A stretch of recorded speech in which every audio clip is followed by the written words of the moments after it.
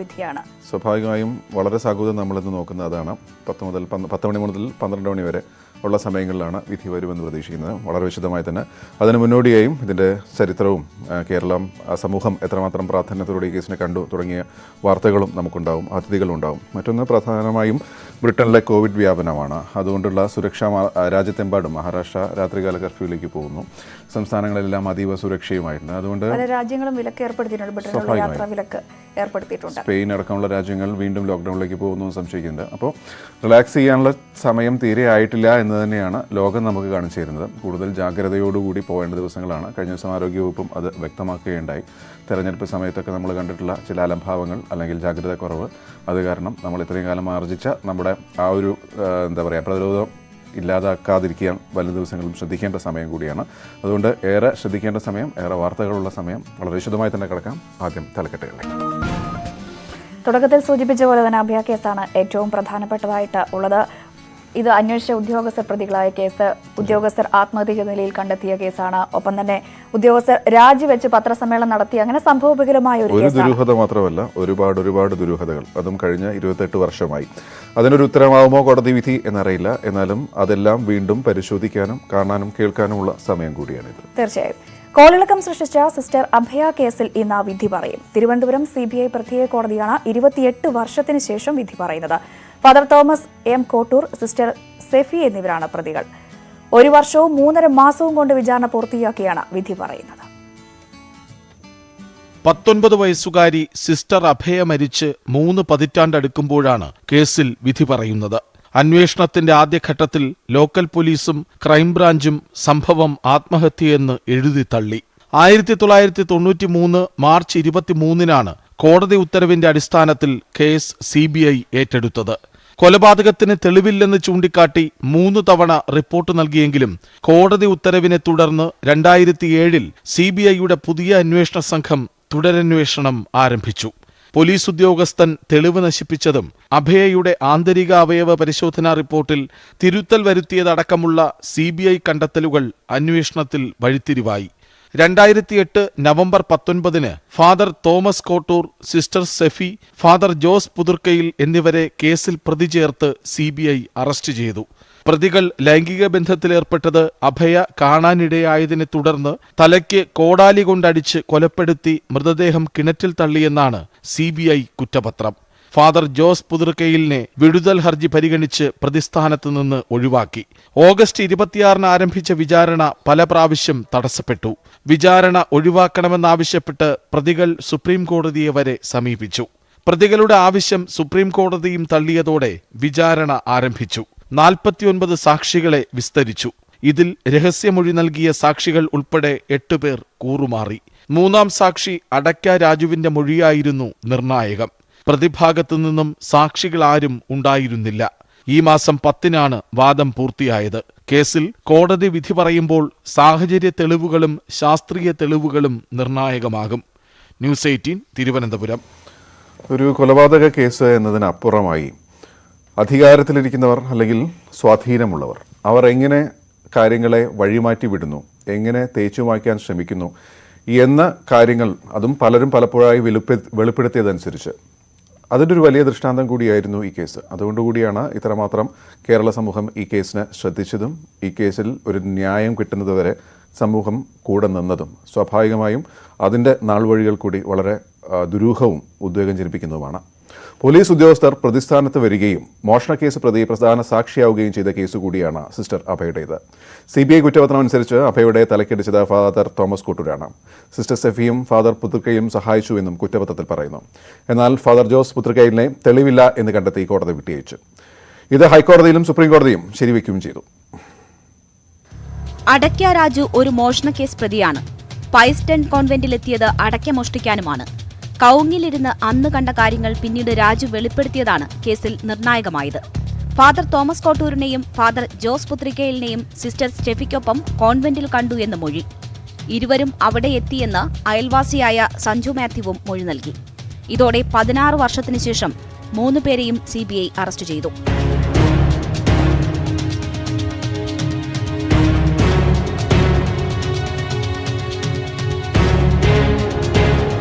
ഇവരുടെ അറസ്റ്റിന് പിന്നാലെ കേസിൽ ഇൻക്വസ്റ്റ് തയ്യാറാക്കിയ ASI VV അഗസ്റ്റിനെ മരിച്ച നിലയിൽ കണ്ടെത്തി. ചോദ്യം ചെയ്യലിന് ഹാജരാകാൻ CBI നോട്ടീസ് നൽകിയതിന് പിന്നാലെയാണ് മരണം. കുറ്റപത്രത്തിൽ 5ാം പ്രതിയായിരുന്നു അഗസ്റ്റിൻ. തെളിവുകൾ നശിപ്പിച്ചതിന് DYSP KT മൈക്കിളിനെ CBI 5ാം പ്രതിയാക്കി. എന്നാൽ തെളിവ് നശിപ്പിച്ചത് സ്ഥിരീകരിക്കാൻ വേണ്ട തെളിവുകളില്ലെന്ന് കണ്ടെത്തി കോടതി മൈക്കിളിനെ വിട്ടയച്ചു. തെളിവില്ലെന്ന് കണ്ടെത്തി ഫാദർ ജോസ് പുത്രിക്കലിനെയും കോടതി വിട്ടയച്ചു. ഹൈക്കോടതിയും സുപ്രീംകോടതിയും ഈ തീരുമാനം ശരിവെച്ചു. അതോടെ ഫാദർ തോമസ് കോട്ടൂരും സിസ്റ്റർ സ്റ്റെഫിയും മാത്രമായി കേസിലെ പ്രതികൾ. News desk news 18. ആദ്യം ലോക്കൽ പോലീസ് അന്വേഷിച്ചു, പിന്നെ ക്രൈംബ്രാഞ്ചിലേക്ക് എത്തുന്നു, പിന്നെ മരണം നടന്ന 1 വർഷത്തിന് ശേഷമാണ് CBI അന്വേഷണം വരുന്നത്. പ്രതികൾ ഇവരാണ് എന്ന, കൊലപാതകമാണ് എന്ന് CBI കണ്ടെത്തിയെങ്കിൽ പോലും കൃത്യമായ തെളിവില്ല എന്ന് പറഞ്ഞ് ഒഴിഞ്ഞുമാറിയിരുന്നു. പിന്നെ കോടതി നിർദ്ദേശപ്രകാരം നിരവധി തവണ 3 തവണ അങ്ങനെ ഒഴിഞ്ഞുമാറുന്നത്. അതിന് 16 വർഷത്തിന് ശേഷമാണ് അറസ്റ്റിലേക്ക് എല്ലാം മലയാളിയെ സംബന്ധിച്ച് ഇത് അപൂർവത എന്ന് പറയുന്നത്. എത്രമാത്രം തന്നെ വായിക്കാൻ ശ്രമിച്ചാലും സത്യം അത് ഒരിക്കൽ പുറത്തു വരും എന്ന നമ്മുടെ ഒരു ബോധമുണ്ടല്ലോ. ആ ബോധത്തിനോട് ഏറ്റവും ചേർന്ന് നിന്ന ഒരു അന്വേഷണം കൂടിയായിരുന്നു ഇത്. ഒരു ഭാഗത്ത് വളരെ സാധാരണക്കാരായ ഒരച്ഛനും അമ്മയും മകളെ നഷ്ടപ്പെട്ടതിൻ്റെ വേദനയോടുകൂടി പറയുന്നത് നമ്മൾ ഒരുപാട് കേട്ടതാണ്. അവരിന്നില്ല. ഏതായാലും അവരോടുകൂടെ നമ്മളൊക്കെ നിൽക്കുകയും ചെയ്തു. അതിൻ്റെ പര്യവസാനം അത് ഇന്ന് നമ്മൾ പ്രതീക്ഷിക്കുന്നു. അതെന്തായാലും കോടതി വിധി വരട്ടെ. ഏതായാലും അന്വേഷണ ചരിത്രത്തിൽ വളരെ സങ്കീർണമായ കഥയിലേക്ക്. തീർച്ചയായും കുറ്റാന്വേഷണ ചരിത്രത്തിലെ സങ്കീർണമായ എല്ലാ വഴികളിലൂടെയും കടന്നുപോയതാണ് അഭയ കേസ്. ലോക്കൽ പോലീസും ക്രൈംബ്രാഞ്ചും വരെ ആത്മഹത്യ എന്ന റിപ്പോർട്ട് നൽകിയ ശേഷം കേസ് കൊലപാതകമെന്ന് കണ്ടെത്തിയത് CBI ആണ്. കൊലപാതകമാണെന്ന് റിപ്പോർട്ട് നൽകിയ CBI പ്രതികളെ അറസ്റ്റ് ചെയ്തത് 16 വർഷത്തിന് ശേഷവുമാണ്. 1992 March 28 sister Abhaya Kottayam Pius 10th കോൺവെന്റിലെ കിണറ്റിൽ മരിച്ച നിലയിൽ കണ്ടെത്തുന്നു. 21 വയസ്സ്. BCM കോളേജ് പ്രീ ഡിഗ്രി വിദ്യാർത്ഥിനി. ജ്ഞാനായ സഭയുടെ സെയിന്റ് ജോസഫ് കോൺഗ്രിഗേഷൻ അംഗം. ആത്മഹത്യയെന്ന അന്ന് തന്നെ കോട്ടയം പോലീസ് മാധ്യമങ്ങളോട്. പത്രങ്ങളിൽ എല്ലാം ഉൾപേജിൽ ചെറിയ വാർത്ത. 1992 മാർച്ച് 31 കോട്ടയം നഗരസഭാ ചെയർമാൻ PC ചെറിയാൻ മടുക്കാനി ചെയർമാനും ജോമോൻ പുത്തൻപുരയ്ക്കൽ കൺവീനറുമായി ആക്ഷൻ കൗൺസിൽ. ആത്മഹത്യയാണെന്ന 10ാം ദിവസം പോലീസ് റിപ്പോർട്ട്. 10 മാസം അന്വേഷിച്ച ക്രൈംബ്രാഞ്ചും അതേ നിലപാട് ആവർത്തിക്കുന്നു. കേസ് CBIക്ക് വിടാൻ മുഖ്യമന്ത്രി K. കരുണാകരന്റെ നിർദ്ദേശം. 1993 മാർച്ച് 29 കേസ് CBI ഏറ്റെടുത്തു. കൊലപാതകമെന്ന 6 മാസത്തിന് ശേഷം DYSP വർഗീസ് P. തോമസ് വിചാരണ കോടതിയിൽ റിപ്പോർട്ട് നൽകുന്നു. പിന്നാലെ കൊച്ചിയിൽ വാർത്താസമ്മേളനം വിളിച്ച വർഗീസ് P. തോമസിന്റെ രാജിപ്രഖ്യാപനം. ആത്മഹത്യയെന്ന് റിപ്പോർട്ട് നൽകാൻ CBI SP V. ത്യാഗരാജൻ സമ്മർദ്ദം ചെലുത്തിയെന്ന വെളിപ്പെടുത്തൽ. 1995 ഏപ്രിൽ 7 പുതിയ അന്വേഷണ ഉദ്യോഗസ്ഥൻ ML ശർമ്മയുടെ നേതൃത്വത്തിൽ പയസ് 10th കോൺവെന്റിൽ ഡമ്മി പരിശോധന. അഭയ അബദ്ധത്തിൽ വീണതല്ലെന്നും സ്വയം ചാടിയതല്ലെന്നും കണ്ടെത്തൽ. ശരീരം എടുത്തെറിഞ്ഞതാണെന്ന സ്ഥിരീകരണം. പ്രതികളെക്കുറിച്ച് സൂചനയില്ലെന്നും തെളിവുകൾ നശിപ്പിക്കപ്പെട്ടെന്നും CBI. 1997, 2000, 2006 വർഷങ്ങളിൽ CBI നൽകിയ റിപ്പോർട്ട് തള്ളി കോടതി. 2008 November 19 father Thomas Kottoor, father Jose Puthrukkayil, sister Stephy എന്നിവരെ അറസ്റ്റ് ചെയ്ത CBI. അറസ്റ്റ് കൊലപാതകം നടന്ന 16 വർഷങ്ങൾക്ക് ശേഷം. News desk news 18. സിസ്റ്റർ അഭയുടേത് കൊലപാതകമാണെന്ന സംശയം ആദ്യഘട്ടത്തിലെ തോന്നിയിരുന്നുവെന്ന് അഭയുടെ അധ്യാപിക പ്രൊഫസർ ത്രേസ്യാമ്മ. കേസിലെ 12ാം സാക്ഷിയാണ് ത്രേസ്യാമ്മ. കുടുംബം തകർക്കുമെന്ന സഭയുടെ ഭീഷണിയെ തുടർന്നാണ് പല സാക്ഷികളും കൂറുമാറിയത് എന്ന് ത്രേസ്യാമ്മ ന്യൂസ് 18നോട് പറഞ്ഞു. ആ കാലം ത്രേസ്യാമ്മ ടീച്ചർ ഓർത്തെടുക്കുകയാണ്. 1992 പഠനാവധി കാലത്തായിരുന്നു സിസ്റ്റർ അഭയയുടെ മരണം. അന്ന് മലയാള വിഭാഗത്തിലെ അധ്യാപികയായിരുന്നു ത്രേസ്യാമ്മ. സൗമ്യമായ സ്വഭാവം കൊണ്ട് അഭയ എല്ലാവർക്കും പ്രിയപ്പെട്ടവളായിരുന്നു. അഭയയുടേത് ആത്മഹത്യയല്ല കൊലപാതകമാണെന്ന് ആദ്യഘട്ടത്തിൽ തന്നെ വ്യക്തമായിരുന്നുവെന്ന് ത്രേസ്യാമ്മ പറയുന്നു. വിചാരണയ്ക്കിടെ 10 സാക്ഷികൾ കൂറുമാറിയത് സഭയുടെ ഭീഷണിയെ തുടർന്നാണ്. കേസിലെ പ്രതികളായ ഫാദർ തോമസ് കോട്ടൂരിനും ഫാദർ ജോസ് പുതൃക്കയിലിനും സ്വഭാവദൂഷ്യം ഉണ്ടായിരുന്നുവെന്ന മൊഴിയാണ് ത്രേസ്യാമ്മ കോടതിയിൽ നൽകിയത്. നിരവധി വിദ്യാർത്ഥികളുടെ പരാതി ചൂണ്ടിക്കാട്ടിയായിരുന്നു മൊഴി നൽകൽ. തനിക്കെതിരെയും ഭീഷണിയുണ്ടായിരുന്നുവെന്ന് ത്രേസ്യാമ്മ പറയുന്നു. രാഷ്ട്രീയക്കാര് ഒരു പ്രശ്നവും അവർക്കെതിരെ ആരെങ്കിലും ഒരു പ്രശ്നം ഉണ്ടാക്കിയാൽ ആ വ്യക്തിയെ മാത്രമേ അവർ നശിപ്പിക്കുകയുള്ളൂ. എന്നാൽ ഇവർക്കെതിരെ ആരെങ്കിലും ഒരു സാക്ഷി പറഞ്ഞു നിന്നാൽ അല്ലെങ്കിൽ ഇവർക്കെതിരെ ആരെങ്കിലും നിന്നാൽ അവരവരുടെ കുടുംബം നശിപ്പിക്കും. എല്ലാവർക്കും അവരവരുടെ കുടുംബമല്ലേ വലുത്. 28 വർഷങ്ങൾക്ക് ശേഷം കേസിൽ വിധിയാകുന്നു. ആ വിധി തൻ്റെ പ്രിയപ്പെട്ട വിദ്യാർത്ഥിനി കൂടിയായിരുന്ന അഭയയ്ക്ക് നീതി നൽകുന്നതാകുമെന്നാണ് ഈ അധ്യാപികയുടെ പ്രതീക്ഷ. ന്യൂസ് 18 കോട്ടയം. ഇതൊക്കെ കൊണ്ടുകൂടിയാണ് കേരള സമൂഹം എത്രമാത്രം ഈ കേസിന് ശ്രദ്ധിച്ചത്. അഭയോട് അല്ലെങ്കിൽ അഭയ്ക്ക് നീതി കിട്ടണമെന്ന് ആഗ്രഹിച്ചവരോടൊക്കെ അവർക്ക് അനുഭവപ്പെട്ട ദുരനുഭവങ്ങൾ ഒരുപാട് പേരായി തുറന്നു പറയുന്നു. 10ഓളം സാക്ഷികളാണ് ഈ വിചാരണ വേളയിലടക്കം കൂറുമാറിയത്. ഇവർക്കടക്കം ഈ അഭയുടെ അധ്യാപികക്കടക്കം വലിയ ഭീഷണിയൊക്കെ ഉണ്ടായിരുന്നു. പക്ഷെ അതെല്ലാം അതിജീവിച്ച് അവർ നിലപാടിൽ ഉറച്ചു മുന്നോട്ട് പോവുകയായിരുന്നു. എത്ര വർഷം? 28 വർഷം. സ്വാഭാവികമായിട്ടും അതുകൊണ്ട് തന്നെയാണ് ഈ കേസിന് ന്യായമായ ഒരു അവസാനം ഉണ്ടാകുമെന്ന് കേരളം മുഴുവൻ പ്രതീക്ഷിക്കുന്നത്. ഏതായാലും അഭയ കേസിന്റെ തുടക്കം മുതൽ സജീവമായി ഇടപെട്ട ആളാണ് മനുഷ്യാവകാശ പ്രവർത്തകൻ ജോമോൻ പുത്തമ്പുരയ്ക്കൽ. ജോമോൻ പുത്തമ്പുരയ്ക്കലിനൊപ്പം VS അനുവും ചേരുന്നു. ഏതായാലും ജോമോൻ പറയുന്നു ആ കാലത്തെക്കുറിച്ച്, പ്രതീക്ഷകളെക്കുറിച്ച്, അനുഭവങ്ങളെക്കുറിച്ച്. അനുവിന്റെ റിപ്പോർട്ടിലേക്ക്. സിസ്റ്റർ അഭയ കൊലക്കേസ് കേരളത്തിൽ ഏറെ കോളിളക്കമുണ്ടാക്കിയ, ഒരു ഘട്ടത്തിൽ CBIയുടെ വിശ്വാസ്യത പോലും ചോദ്യം ചെയ്യപ്പെട്ട ഒരു കൊലക്കേസ്. ആദ്യം ലോക്കൽ പോലീസും പിന്നീട് ക്രൈംബ്രാഞ്ചും ഒടുവിൽ CBI വരെ അന്വേഷിച്ച ഒരു കേസ്. ഈ CBIയുടെ വരവ്, അതിന് കാരണക്കാരനായ ഒരു മനുഷ്യൻ, പൊതുപ്രവർത്തകനായ ജോമോൻ പുത്തമ്പുരയ്ക്കൽ. നമുക്ക് ഇപ്പോൾ അദ്ദേഹത്തോട് തന്നെ ഈ കേസിന്റെ വിധി വരുന്നൊരു സാഹചര്യം ചോദിക്കാം. ജോമോൻ പുത്തമ്പുരയ്ക്കലും ഈ ആക്ഷൻ കൗൺസിലും എങ്ങനെയാണ് ഈ കേസിന്റെ ഒരു ഭാഗമാകുന്നത്? അത് ഈ സംഭവം നടന്നപ്പം തന്നെ അഭയ മരിച്ചതിന് ശേഷം തൊട്ടടുത്ത് 2 ദിവസം കഴിഞ്ഞപ്പോൾ രൂപീകരിക്കുന്നു. അന്നത്തെ Kottayam municipal chairman Shri PC ചെറുമടുക്കാനി പ്രസിഡന്റും ഞാൻ കൺവീനറുമായിട്ടാണ് ആക്ഷൻ കൗൺസിൽ രൂപീകരിച്ചത്. അന്നത്തെ കോട്ടയം MLA T. രാമകൃഷ്ണൻ, അന്നത്തെ കോട്ടയം MP രമേശ് ചെന്നിത്തല, എല്ലാവരും ഉൾപ്പെടുന്ന ജില്ലാ കൗൺസിൽ പ്രസിഡന്റ് TV റാവു, പുഴവൂർ വിജയനെ, KE മാവൻ, സ്വാതന്ത്ര്യ സമര സേനാനി. അപ്പം വളരെ ആത്മാർത്ഥമായി രാഷ്ട്രീയത്തിന് അതീതമായി നിന്നുകൊണ്ടാണ് പ്രവർത്തിച്ചത്. ലോക്കൽ പോലീസ് 17 ദിവസം, ക്രൈംബ്രാഞ്ച് 9 മാസം അന്വേഷിച്ച് അഭയുടെ മരണം ആത്മഹത്യ ചിത്രീകരിച്ച് റഫർ ചെയ്യുന്നതിന് മുമ്പ് തന്നെ 93 ജനുവരി 30 കൊടുത്തു. അപ്പോൾ അതിനു മുമ്പ് തന്നെ 92 മെയ് 15 അന്ന് കോട്ടയം TV-യിൽ, ഞാൻ YMC താമസിക്കും, കോട്ടയം TV-യിൽ അന്നത്തെ മുഖ്യമന്ത്രി ശ്രീ K. കരുണാകരൻ വന്നു. അന്ന് ഞാൻ ഒറ്റയ്ക്കാണ് പോയി കണ്ടത്.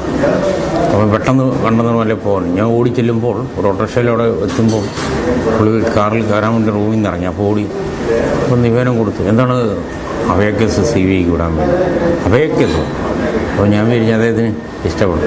അഭയ കേസ് CBIക്ക് ഉണ്ടാവും. അന്നാണ് ആദ്യമായി ഒരു മുഖ്യമന്ത്രി ഇരിക്കാൻ ചെല്ലുന്നത്. നമ്മൾ 24 വയസ്സുള്ളവരാണ്. അപ്പം അഭയ കേസ് അപ്പം CBIക്ക് വിടാൻ വായിച്ചു നോക്കിയിട്ട് പറഞ്ഞു CBIക്ക് വിടാൻ തീരുമാനിച്ചെന്ന് പറഞ്ഞു. അതിനുശേഷം 3 ദിവസം കഴിഞ്ഞപ്പോൾ 92 മെയ് 18 ഉത്തരവിട്ടിരുന്നു.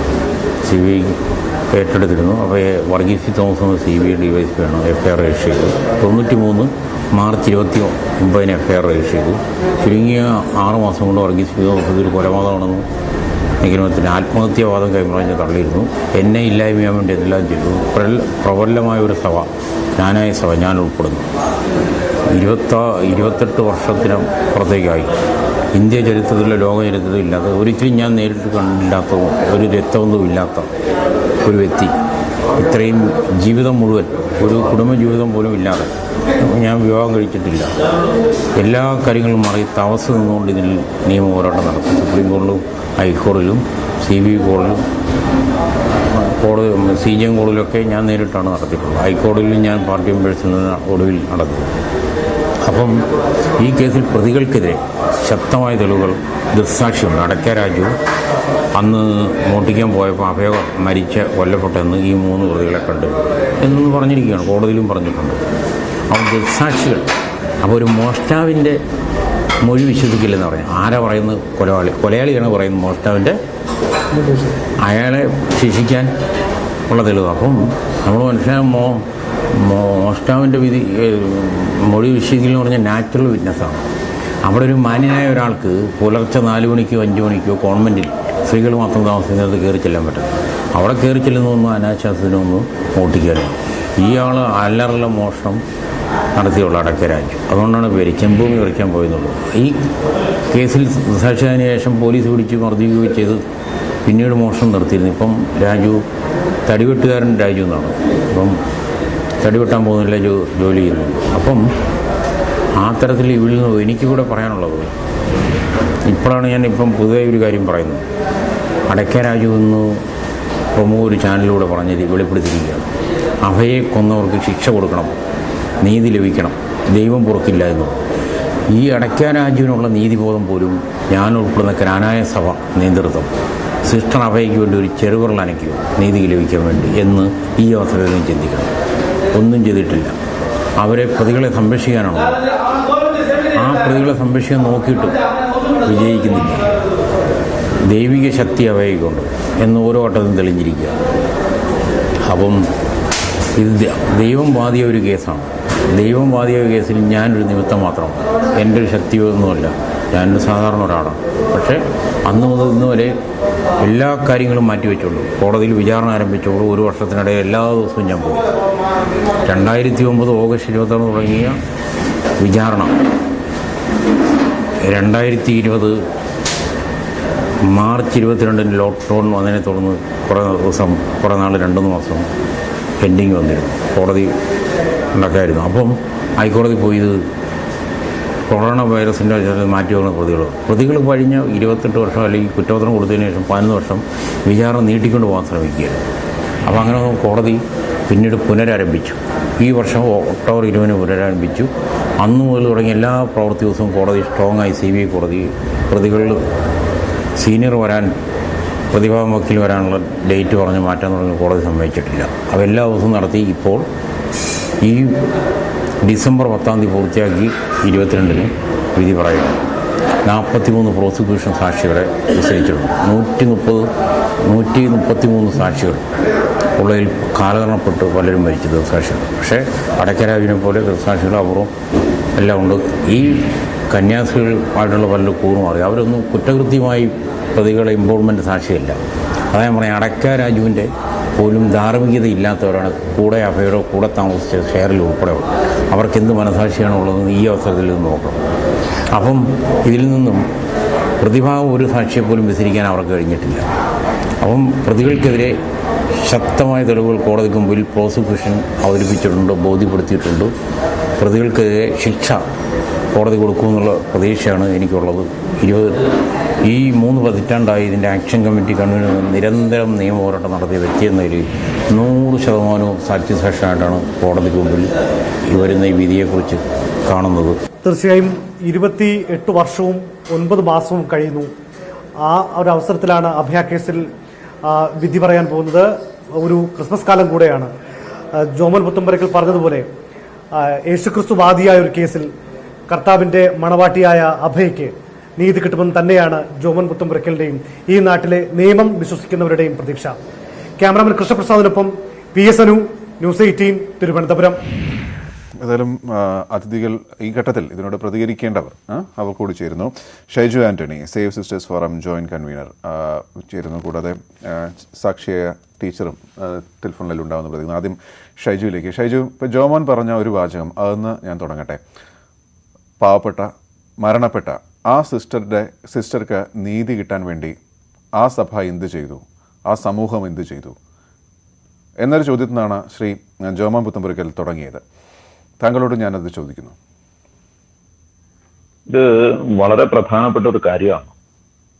ഈ സഭയുമായി ബന്ധപ്പെട്ട്, അല്ലെങ്കിൽ കത്തോലിക്ക സഭ എന്ന് തന്നെയില്ല, ഈ ആത്മീയ രംഗവുമായി ബന്ധപ്പെട്ട് നടക്കുന്ന മരണങ്ങൾ, കുറ്റകൃത്യങ്ങൾ ഒന്നും തന്നെ കേരളത്തിലെ ഒരു പ്രത്യേക രാഷ്ട്രീയ സാഹചര്യത്തിൽ ഒന്നും തന്നെ ഒരു തരത്തിലും തെളിയിക്കപ്പെടുന്നില്ല എന്നുള്ളതാണ്. അത് നമ്മൾ മുന്നിൽ കാണേണ്ടതാണ്. ഒരു സഭ പോലും ഈ ഘട്ടത്തിൽ നമ്മൾ ആലോചിക്കേണ്ടത്, ഒരു സഭ പോലും ഇത്തരത്തിലുള്ള ഏതെങ്കിലും ഒരു മരണങ്ങളെയോ ഏതെങ്കിലും ഒരു കൊലപാതകങ്ങളെയോ അല്ലെങ്കിൽ ദുരൂഹ സാഹചര്യത്തിൽ മരണപ്പെട്ടവരോ അതൊന്ന് അന്വേഷിക്കണമെന്ന് ആവശ്യപ്പെട്ട് ഈ അടുത്ത കാലത്ത് നടന്ന മരണങ്ങളിൽ പോലും വന്നിട്ടില്ല എന്നുള്ളതാണ്. ഒരിക്കൽ പോലും വന്നിട്ടില്ല. ഈ കഴിഞ്ഞ നാളുകളിൽ ഒരു അച്ഛൻ മരിച്ചത്, അച്ഛൻ കിണറ്റിൽ മരിച്ചു കിടന്നത് നമ്മൾ കണ്ടു. ആ അച്ഛൻ മരിച്ചു കിടന്നത് നമ്മൾ കണ്ടിട്ട് ഈ സഭയ്ക്ക് ഈ അച്ഛൻ എങ്ങനെ മരിച്ചു എന്ന് അറിയാൻ ആഗ്രഹമില്ല എന്നുള്ളതാണ്. സഭ ഇതിനെക്കുറിച്ചൊരു അന്വേഷണം വേണമെന്ന് സഭ ഒരിക്കൽ പോലും ആവശ്യപ്പെട്ടിട്ടില്ല. അവിടെയും ആക്ഷൻ കൗൺസിൽ രൂപീകരിച്ച് ആളുകൾ ആണ് ആവശ്യപ്പെടുന്നത്. അപ്പോഴും ഒന്നും സംഭവിച്ചിട്ടില്ല. ദിവ്യ പി ജോൺ എന്ന പേരുള്ള ഒരു കന്യാസ്ത്രീ കിണറ്റിൽ മരിച്ചു കിടക്കുന്നത്. ഈ കന്യാസ്ത്രീ മഠങ്ങളിലും പള്ളിയുടെയും സൈഡിലുള്ള കിണറുകളെല്ലാം ഇതുപോലെ ദുരൂഹ സാഹചര്യത്തിൽ മരണപ്പെടുന്നവരുടെ എണ്ണങ്ങളായി മാറുന്നത് വലിയ അപകടമാണ്. അപ്പൊ ദിവ്യ പി ജോണിന്റെ കാര്യത്തിൽ അന്വേഷണം വേണം എന്ന് പറഞ്ഞ് ഞാൻ ഫേസ്ബുക്കിൽ ഒരു പോസ്റ്റ് ഇട്ടിട്ട് അതിനെതിരെയാണ് അവർ കൊണ്ട് കേസ് കൊടുത്തത്. ഫേസ്ബുക്കിൽ പോസ്റ്റ് ഇട്ടു എന്ന് പറഞ്ഞാണ് കേസ് കൊടുത്തത്. ഇന്ന് അവിടെ ആ നാട്ടിൽ ആളുകൾ ദിവ്യ പി ജോണിന്റെ ബന്ധത്തിൽപ്പെട്ട ആളുകളും ബാക്കിയുള്ള ആളുകളും ചേർന്ന് ആക്ഷൻ കൗൺസിൽ രൂപീകരിച്ച് അതിനെക്കുറിച്ച് അന്വേഷണം വേണമെന്ന് പറഞ്ഞ് ആവശ്യപ്പെട്ടിരിക്കുകയാണ്. എന്നാൽ ലോക്കൽ പോലീസ് വളരെ ചാട്ടുപട്ടി ഇന്ന് പോയി അവിടെ പോയിട്ട് അന്വേഷണം എല്ലാം പൂർത്തീകരിച്ചു. ആത്മഹത്യയാണ്, എല്ലാം ആത്മഹത്യയാണ്.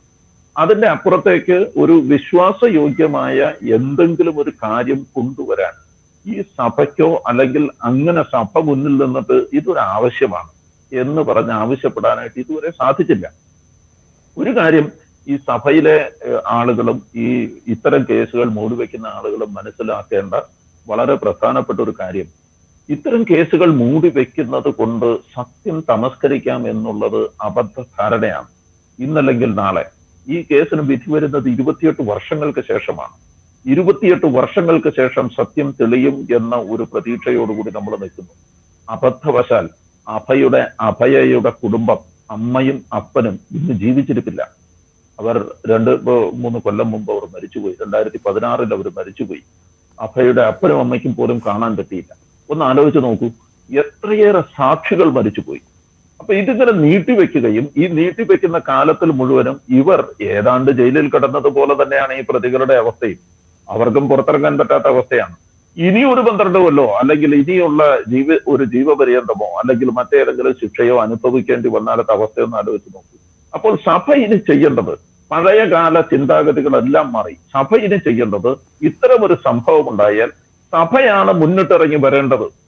സഭ മുന്നിട്ടിറങ്ങി വന്നിട്ട് അതിന്റെ അന്വേഷണം പ്രഖ്യാപിക്കണമെന്ന് ആവശ്യപ്പെടുകയും അന്വേഷിച്ച് പ്രതികളെ കണ്ടെത്തി അവരെ ശിക്ഷിക്കണമെന്ന് ഏറ്റവും ആദ്യം ആവശ്യപ്പെടേണ്ടത് ഇവിടുത്തെ സഭയാണ്.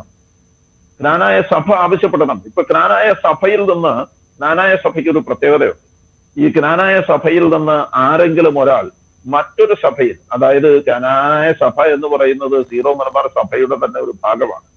ആ ജ്ഞാനായ സഭയിലെ ഒരാൾ സീറോ മലബാർ സഭയിലെ തന്നെ മറ്റൊരാളെ വിവാഹം കഴിച്ചാൽ അവരെ ജ്ഞാനായ സഭയിൽ നിന്ന് പുറത്താക്കും. പ്ലക്ക് എന്ന് പറഞ്ഞൊരു ആപ്ലിക്കേഷൻ എഴുതി കൊടുക്കും. ഈ ആപ്ലിക്കേഷൻ എഴുതി കൊടുത്താൽ അവരെ അങ്ങോട്ട് പുറത്താക്കും. അങ്ങനെ ഒരു ആളെ പുറത്താക്കിയതിന്റെ പേരിൽ സിബി എന്ന് പറയുന്ന ഒരാൾ, ചെറുകരയിലുള്ള സിബി എന്ന് പറയുന്ന ഒരാൾ ആത്മഹത്യ ചെയ്തു. ഈ ആത്മഹത്യ ചെയ്തത് അവിടുത്തെ വികാരിയച്ഛന്റെ പ്രേരണ കൊണ്ടും വികാരിയച്ഛൻ പറഞ്ഞ കാര്യങ്ങളിൽ മനംനൊന്തുമാണ് ആത്മഹത്യ ചെയ്തതെന്ന് വീട്ടുകാർ പറയുന്നു. അവിടെയും ആക്ഷൻ കൗൺസിൽ കൂടി ഇപ്പൊ പോലീസിൽ പരാതി കൊടുത്തിട്ടുണ്ട്. വീട്ടുകാർ ഈ കൊടുത്ത മുഴുവൻ പരാതികളും സത്യമാണെന്ന് അംഗീകരിച്ചിട്ടുണ്ട്. പക്ഷെ അവയ്ക്ക് അറിയണ്ട ഇതൊന്നും. ഇത് വലിയൊരു അപകടമാണ്. വരുന്ന കാലങ്ങളിൽ ഇത്തരം കാര്യങ്ങൾ ചെയ്യുന്നതും സംഭവിക്കുന്നതും വലിയൊരു അപകടമായതുകൊണ്ട് യേശുക്രിസ്തുവിന്റെ സഭ അതിന്റെ ധാർമ്മികത എത്രയും പെട്ടെന്ന് തിരിച്ചു പിടിക്കേണ്ടതുണ്ട്. പൗരോഹിത്യ മേൽക്കോയ്മയിൽ നിന്ന് അവർ താഴത്തേക്ക് ഇറങ്ങി വന്ന് ധാർമ്മികതയുള്ള സഭ, മൂല്യങ്ങളുള്ള സഭയായി ഈ സഭയെ മാറ്റേണ്ടതുണ്ട്. അതിന് ഈ കേസിന്റെ വിധി അതിനൊരു കാരണമാകട്ടെ എന്നാണ് എന്റെ പ്രത്യാശ. ഇത്രയും വർഷങ്ങൾക്ക് മുമ്പ് നടന്ന ഒരു കേസിന്റെ വിധിയാണ് ഇന്നിപ്പോൾ വരാൻ പോകുന്നത്. ശ്രീ ഷൈജു, അതായത് അതിനുശേഷവും നിരവധി സംഭവങ്ങൾ ഈ സഭയുമായി ബന്ധപ്പെട്ട് ഇങ്ങനെ ദുരൂഹ സാഹചര്യത്തിൽ മരിച്ച നിരവധി കേസുകൾ നമ്മൾ കണ്ടു. ചിലതെല്ലാം വാർത്തയായി, ചിലതൊന്നും എവിടെയും ആരും അറിയപ്പെടാതെ പോയി. ഇപ്പോഴും അങ്ങനെയുള്ള സംഭവങ്ങൾ സഭയിൽ തുടർന്നു വരുന്നുണ്ടോ? അങ്ങനെ തന്നെയാണോ താങ്കൾ വിലയിരുത്തുന്നത്? തീർച്ചയായിട്ടും ഇത് തുടർന്നുകൊണ്ടിരിക്കുകയാണ്. ഇന്നും ഇത് തുടർന്നുകൊണ്ടിരിക്കുകയാണ്. നിങ്ങളൊന്ന് ആലോചിച്ച് നോക്കണം. ഇതിനകത്ത് ഏതെങ്കിലും ഒരു കുറ്റകൃത്യത്തിന് ലോക്കൽ പോലീസോ ക്രൈംബ്രാഞ്ചോ അന്വേഷിച്ചിട്ട് സഭയ്ക്കെതിരെ ഒരു റിപ്പോർട്ട് എഴുതിയ ഏതെങ്കിലും ഒരു കേസ് നിങ്ങൾക്ക് പറയാം? അങ്ങനെ ഒരു കേസില്ല. ഈ കഴിഞ്ഞ ദിവസം തന്നെ നോക്കൂ, കടത്തനാട് ആലഞ്ചേരിയുമായി ബന്ധപ്പെട്ട ഭൂമി ഇടപാടിൽ ക്രൈംബ്രാഞ്ച് അദ്ദേഹത്തിന് ഒരു ക്ലീൻ ചിട്ട് കൊടുത്തു. ക്രൈംബ്രാഞ്ച് എന്നല്ല, ഏത് കൊച്ചുകുട്ടിക്ക് പോലും അങ്ങനെ കൊടുക്കാൻ പറ്റില്ല. പക്ഷെ ക്ലീൻ ചിട്ട് കൊടുത്തു. കാരണം ഇതാണ് കേരളത്തിലെ ഒരു നിയമ സംവിധാനം. കേരളത്തിലെ ഒരു നിയമ സംവിധാനം ഇതാണ്. അതായത് വളരെ കൃത്യമായ തെളിവുകൾ ഉണ്ടെങ്കിൽ പോലും ഈ തെളിവുകളെ എല്ലാം മാറ്റിമറിച്ചുകൊണ്ട് എന്താണോ സഭാധികാരികൾ പറയുന്നത് അത് പോലീസ് റിപ്പോർട്ടാക്കി എഴുതി ചേർക്കാൻ പറ്റുന്ന പോലീസുകാർ, അത് എഴുതി ചേർക്കാൻ പറ്റുന്ന ഒരു സംവിധാനം നമ്മുടെ നാട്ടിൽ നിലനിൽക്കുന്നു എന്നുള്ളത് നമുക്കൊക്കെ ലജ്ജാകരമായിരിക്കേണ്ടതാണ്. എത്രയോ വമ്പൻ കേസുകൾ നിങ്ങൾ ആലോചിച്ച് നോക്കൂ. ഒരു ആനയുടെ വായിൽ ഒരു പടക്കം പൊട്ടി ആന മരിച്ചിട്ട് ആ പടക്കം വെച്ചത് ആരാണെന്ന് ഏതാനും ദിവസങ്ങൾക്കുള്ളിൽ കണ്ടുപിടിക്കാൻ പറ്റിയ ഇത്രയേറെ ശക്തമായ പോലീസ് സംവിധാനമാണ് ഇത് മുഴുവൻ ചെയ്യുന്നത് എന്നുള്ളതിനെ കുറിച്ച് നമ്മൾ വല്ലാതെ ലജ്ജിക്കണം. ഇവിടെ മനുഷ്യന് മാത്രമേ വിലയില്ലാത്തതുള്ളൂ. മനുഷ്യരെ കൊന്നതോ മനുഷ്യർക്കെതിരെ മനുഷ്യർക്കെതിരെ കുറ്റകൃത്യങ്ങൾ ചെയ്തതോ അല്ലെങ്കിൽ സാമ്പത്തിക ക്രമക്കേടുകൾ നടത്തിയതോ ഒന്നും ഇവിടെ ആർക്കും അന്വേഷിക്കണ്ട. അത് അന്വേഷിച്ചാൽ ഒന്നും തെളിയുകയുമില്ല. ഏത് ക്രൈംബ്രാഞ്ചാണ്, ഏത് ലോക്കൽ പോലീസാണ് ഇവിടെ സഭയിൽ ഒരു എണ്ണമറ്റ കേസുകളുണ്ട്, ഇന്നും നടക്കുകയാണ്. ഈ കേസുകളെല്ലാം അന്വേഷിക്കണം എന്നാവശ്യപ്പെട്ട് എവിടെയാണ് സഭ മുന്നോട്ട് വന്നിട്ടുള്ളത്? അങ്ങനെ സഭ മുന്നോട്ട് വരാത്ത ഏതെങ്കിലും ഒരു സാഹചര്യത്തിൽ പോലീസ് അതിനെതിരെ ഒരു നടപടി എടുത്തിട്ടുണ്ടോ? താങ്കൾ സൂചിപ്പിച്ച പോലെ തന്നെ ഒരു അത്രമാത്രം സ്വാധീനമുണ്ടായ ഒരു കേസ്, അതിൻ്റെ വിധിയാണ് നമ്മൾ ഇന്ന് പ്രതീക്ഷിക്കുന്നത്. 28 വർഷം എന്ന് പറയുന്നത് ഒരു മനുഷ്യായുസിൻ്റെ പകുതിയോളമായി. അതിൽ തന്നെ ദുരൂഹതകൾ ഒരുപാട്, സമ്മർദ്ദങ്ങൾ ഒരുപാട്. പ്രധാന സാക്ഷി അല്പം മുമ്പ് നമ്മളോട് സംസാരിച്ച പോലെ നീതിക്ക് വേണ്ടി സംസാരിച്ചു കഴിഞ്ഞാൽ അല്ലെങ്കിൽ അവരുടെ ബോധ്യത്തിന് വേണ്ടി സംസാരിച്ചു കഴിഞ്ഞാൽ കുടുംബത്തെ വരെ ഭീഷണിപ്പെടുത്തുന്ന അവസ്ഥ, അങ്ങനെ നിരവധി പേർ പറയുകയുണ്ടായി. ഏതായാലും അതിനൊക്കെയുള്ള ഒരു ഉത്തരമാണ് ഗവൺമെന്റിലെ സെക്യൂരിറ്റി ആയിരുന്ന എസ് ദാസ് എന്ന് പറയുന്നയാൾ മരണപ്പെട്ട നിലയിൽ കണ്ടെത്തി. ഈ വിചാരണയുടെ ഇടയിൽ വളരെ സുപ്രധാനമായ ഒരു സാക്ഷിയായിരുന്നു. അത് എങ്ങനെ മരിച്ചു എന്നുള്ളതിനെ കുറിച്ച് പോലും അന്വേഷണം പിന്നീട് ഉണ്ടായിട്ടില്ല. ലോക്കൽ പോലീസ് അന്വേഷിച്ചിട്ടില്ല. മരണപ്പെട്ട നിലയിൽ കണ്ടെത്തി. അങ്ങനെ ഈ കേസിന്റെ നാൾവഴികളിൽ തന്നെ എന്തെല്ലാം കാര്യങ്ങളാണ് സംഭവിച്ചിരിക്കുന്നത് എന്ന് നമ്മൾ ആലോചിച്ച് നോക്കണം. ജോമോൻ പുത്തൻപുരയ്ക്കല്ല പോലെ ഇത്ര നിഷ്ഠയോടുകൂടി, ഇത്ര കൃത്യതയോടുകൂടി ഒരാൾ ഇതിന്റെ പുറകെ നടന്നില്ലായിരുന്നെങ്കിൽ ഇന്ന് ഈ കേസിന് വിധി പോലും ഉണ്ടാകുമായിരുന്നില്ല. ഇങ്ങനെ ഒരു സംഭവമേ നടക്കുമായിരുന്നില്ല. CBI പോലും 3 വട്ടം ഇത് ഉപേക്ഷിച്ചതാണെന്ന് നമുക്ക് എല്ലാവർക്കും അറിയാം. അപ്പൊ അതിന്റെ അർത്ഥം ഇതിന്റെ പുറകെ വളരെ മെറ്റിക്കുലസ് ആയിട്ട് ഒരാൾ നടന്നത് കൊണ്ട് മാത്രമാണ് ഇത് സംഭവിക്കുന്നത്. അതുകൊണ്ട് തന്നെ ഞാൻ പറയുകയാണ്, ഇത് വളരെ ചരിത്ര നിമിഷമാണ്. ഇതൊരു നിർണായകമായ ദിവസമാണ്. സഭ സ്വയം ഉള്ളിലേക്ക് ഒരു ഇൻവേർഡ് ലുക്കിങ്ങിന് വേണ്ടിയിട്ടുള്ള ഒരു പോസിബിലിറ്റി കൊടുക്കേണ്ട ഒരു സമയമാണ്. സഭ മാത്രമല്ല, ഇത് പൊതുസമൂഹത്തിന്റെയും കൂടി വളരെ പ്രധാനപ്പെട്ട ഒരു കാര്യമാണ്. കാരണം പൊതുസമൂഹം തന്റെ മുന്നിലുണ്ടാകുന്ന ദുരൂഹ മരണങ്ങളുടെ എല്ലാം കാരണം കണ്ടുപിടിക്കണമെന്ന് പോലീസിനോട്, ഭരണ സംവിധാനത്തോട് ആവശ്യപ്പെടേണ്ടതാണ് എന്ന് നമുക്കുള്ള ഒരു ഓർമ്മപ്പെടുത്തലും കൂടിയാണിത്. കാരണം ജോമോനെ പോലെ ഒരാൾ മാത്രമാണ് ഇത് ആവശ്യപ്പെട്ടതെന്ന് ഓർക്കണം. പക്ഷെ ഇത് പൊതുസമൂഹത്തിന്റെ ഒരു ആവശ്യമായിരിക്കണം. തന്റെ ചുറ്റുവട്ടത്ത് ഒരു ദുരൂഹ സാഹചര്യത്തിൽ ഒരു മരണമുണ്ടായാൽ ആ മരണത്തിന്റെ സത്യം കണ്ടുപിടിച്ചില്ലെങ്കിൽ അത് രാഷ്ട്രീയക്കാർക്കും ഭരണ നേതൃത്വം വഹിക്കുന്നവർക്കും എല്ലാം വലിയ തലവേദനയാകും എന്ന ഒരു ധാരണ ഉണ്ടാകേണ്ടത് നമ്മുടെ ഇവിടുത്തെ പൊതുസമൂഹത്തിന്റെ പൊതുബോധം തിരുത്താനും ഒരു കാരണമാകണമെന്നാണ് എനിക്ക് പറയാനുള്ളത്. ഒരു നിമിഷം നമ്മളോട് ഇപ്പോൾ അനു കൂടി ചേരുന്നു. അനു, ഏതായാലും നമ്മൾ ഇപ്പൊ പറഞ്ഞ പോലെ തന്നെ ഒരു വലിയ വിധിക്കാണ് നമ്മൾ കാത്തിരിക്കുന്നത്. അപ്പോൾ എപ്പോഴായിരിക്കും അതുണ്ടാവുക? എത്ര മണിക്കായിരുന്നു കോടതി ചേരുക? നിലവിലെ നടപടിക്രമം അനുസരിച്ച് നമ്മൾ 28 വർഷം കാത്തിരിക്കുകയാണ്. അതിനുശേഷമാണ് ഇന്നിപ്പോൾ വിധി വരുന്നത്. അതുകൊണ്ട് ആ സമയക്രമം കൂടി എങ്ങനെയാണ് അനു?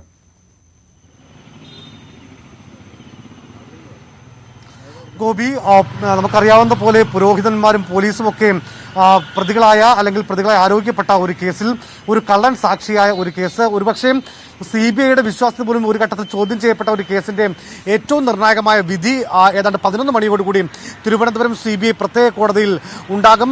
Judge K. സനൽകുമാറാണ് വിധി പറയുക. നേരത്തെ സൂചിപ്പിച്ചതുപോലെ ഏതാണ്ട് 1 വർഷവും 3.5 മാസവും നീണ്ട വിചാരണയ്ക്കൊടുവിലാണ് വിധി പറയുന്നത്. ഇതിൽ ഏറ്റവും പ്രധാനം സഞ്ജു P. മാത്യു, അതായത് രഹസ്യമൊഴി നൽകിയ സഞ്ജു P. മാത്യു ഉൾപ്പെടെയുള്ള 8ഓളം സാക്ഷികൾ കൂറുമാറിയ ഒരു കേസ് കൂടെയാണ്. അതായത് നേരത്തെ തന്നെ ഇപ്പോൾ ഈ സഭയ്ക്ക് എതിരായിട്ട് പറയുന്ന ആൾക്കാർ പറയുന്നത് പോലെ എത്രമാത്രം സമ്മർദ്ദം ഈ കേസിന്റെ ഓരോ ഘട്ടത്തിലും ഉണ്ടായി. ആദ്യം കേസ് അന്വേഷിച്ച കോട്ടയം വെസ്റ്റ് പോലീസിലെ VV അഗസ്റ്റിൻ, അത് കഴിഞ്ഞ് ക്രൈംബ്രാഞ്ചിലെ KT മൈക്കിൾ, അത് കഴിഞ്ഞ് CBIയിൽ പോലും ഇത്തരം ഒരു സമ്മർദ്ദമുണ്ടായി. അതിനുശേഷം സാക്ഷികൾ കൂറുമാറുന്ന സാഹചര്യം. ഒരു ഘട്ടത്തിൽ പ്രോസിക്യൂഷൻ പോലും CBI കോടതിയിൽ ഞങ്ങൾ നിസ്സഹായരാണെന്ന് പറയേണ്ടി വരുന്ന ഒരു സാഹചര്യം ഉണ്ടായി.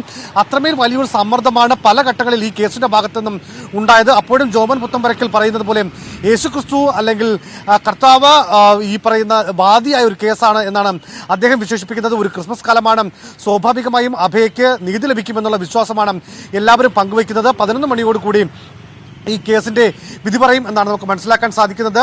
17 ദിവസം ലോക്കൽ പോലീസും 9.5 മാസം ക്രൈംബ്രാഞ്ചും അതിനുശേഷം CBIയും ഏറ്റെടുത്ത ഒരു കേസാണ്. ഏറ്റവും പ്രധാനം ഈ സഭയുമായി ബന്ധപ്പെട്ട് നിരവധി ആരോപണങ്ങൾ, വിവാദങ്ങൾ ഉണ്ടായ ഒരു കേസിൽ ഏറ്റവും നിർണായകമായ വിധിക്കാണ് കേരളം കാത്തിരിക്കുന്നത്. 11 മണിയോടുകൂടി തിരുവനന്തപുരം CBI പ്രത്യേക കോടതി ജഡ്ജി K. സനൽകുമാർ വിധി പറയും. അത് തന്നെയാണ് രാഷ്ട്രീയ കേരളവും പ്രത്യേകിച്ച് കേരള സമൂഹവും നോക്കിക്കാണുന്നത്. ഗോപി, അനു, സ്വാഭാവികമായിട്ടും ഇതിൻ്റെ സങ്കീർണകത നമ്മൾ അല്പം മുമ്പ് സംസാരിച്ച പലരും, അതായത് സാക്ഷി, ഇപ്പോൾ അനു ഒറ്റ മിനിറ്റ്, ഇപ്പോൾ നമ്മൾ ടീച്ചർ ത്രേസ്യാമ്മ ഈ ഘട്ടത്തിൽ നമ്മളോട് കൂടെ ചേരുന്നു. മാഡം, ഒരു നല്ല ദിവസമായിരിക്കും ഇന്ന് എന്ന് തന്നെ പ്രതീക്ഷിക്കണം അല്ലേ? പ്രതീക്ഷിക്കാം. മാഡം, അല്പം മുമ്പ് ഞങ്ങൾ റിപ്പോർട്ടിൽ മാഡം പറഞ്ഞിരുന്നു, ആ സമയത്ത് മാഡത്തിൻ്റെ ബോധ്യം പറഞ്ഞതിന്, സത്യത്തിന് വേണ്ടി നിന്നതിന് അനുഭവിക്കേണ്ടി വന്നതിനെക്കുറിച്ച്, അതൊക്കെ ഓർത്തെടുക്കുമ്പോൾ അത് ആ ത്യാഗങ്ങൾ നന്നായി വരും തന്നെ പ്രതീക്ഷിക്കുന്നു അല്ലേ? പ്രതീക്ഷിക്കുന്നു. അതായത് ടീച്ചർ ഈ ഒരു ഘട്ടത്തിൽ ഈ 28 വർഷമുണ്ട്. അന്ന് അഭയ മരിച്ച ദിവസം അടക്കം ടീച്ചർ അവിടെ പോയിരുന്നു, അഭയുടെ ബോഡി കണ്ടിരുന്നു. അന്ന് തന്നെ കൊലപാതകമാണെന്ന് ബോധ്യമുണ്ടായിരുന്നു. ടീച്ചർ പല ഘട്ടങ്ങളിലും പറഞ്ഞിട്ടുണ്ട്. ഇപ്പോൾ 28 വർഷം ഈ കേസ് നടക്കുന്ന പല വേളകളിലും പലരും സാക്ഷികൾ കൂറുമാറിയ അവസ്ഥയെല്ലാം ഉണ്ടായിട്ടുണ്ട്. ടീച്ചർ ആ നിലപാടിൽ തന്നെ ഉറച്ചു നിന്ന് മുന്നോട്ട് പോയി. പല ഭീഷണികളും ഉണ്ടായിട്ടുണ്ട്. അതിനിടയിൽ കൂടി ആ നിലപാടിൽ ഉറച്ചു നിന്ന് മുന്നോട്ട് പോയി എന്ന് പറയുന്നത് വളരെ പ്രാധാന്യത്തോടെ കാണേണ്ടതാണ്. എന്താണ് അങ്ങനെ ഒരു നിലപാടിൽ ഉറച്ചു നിന്ന് മുന്നോട്ട് പോകാൻ കാരണം? പല ഭീഷണികളും പല കോണുകളിൽ നിന്നും ഉണ്ടായിരുന്നല്ലോ. സത്യത്തിനും നീതിക്കും വില കൽപ്പിക്കുന്ന ഒരു വ്യക്തിയാണ് ഞാൻ. അതുകൊണ്ട് ഞാനും നീതി ആഗ്രഹിക്കുന്നു. എനിക്കിങ്ങനെ ഒരു അവസ്ഥ ഉണ്ടായാൽ എന്റെ ആത്മാവും നീതിക്ക് വേണ്ടി അലയും. അതായത് ടീച്ചറുടെ വിദ്യാർത്ഥിക്ക് എന്തായാലും ഈ ഒരു ഘട്ടത്തിലെങ്കിലും കൃത്യമായ നീതി കിട്ടുമെന്ന ഒരു വിശ്വാസമുണ്ടല്ലേ? വിശ്വാസമുണ്ട്. നന്ദി ടീച്ചർ. ഏതായാലും ഏറ്റവും നിർണായകമായ മൊഴികളും ഇടപെടലുകളും ഒന്ന് ടീച്ചറുടെ കൂടിയായിരുന്നു. ആ ടീച്ചറുടെ ഇന്നത്തെ ദിവസത്തെ പ്രതീക്ഷയാണ് രാവിലെ പങ്കുവച്ചത്. ടീച്ചറുടെ വളരെ എന്താ പറയുക, സ്വാഭാവികമായും ഇത്രയും കാലം അനുഭവിച്ച സമ്മർദ്ദങ്ങളുണ്ട്. അതിനും കേരള സമൂഹത്തിനും നൽകിയ പിന്തുണയുമുണ്ട്. അതിനൊരു നല്ല റിസൾട്ട് ഉണ്ടാവുമെന്ന് പ്രതീക്ഷിക്കുന്നു.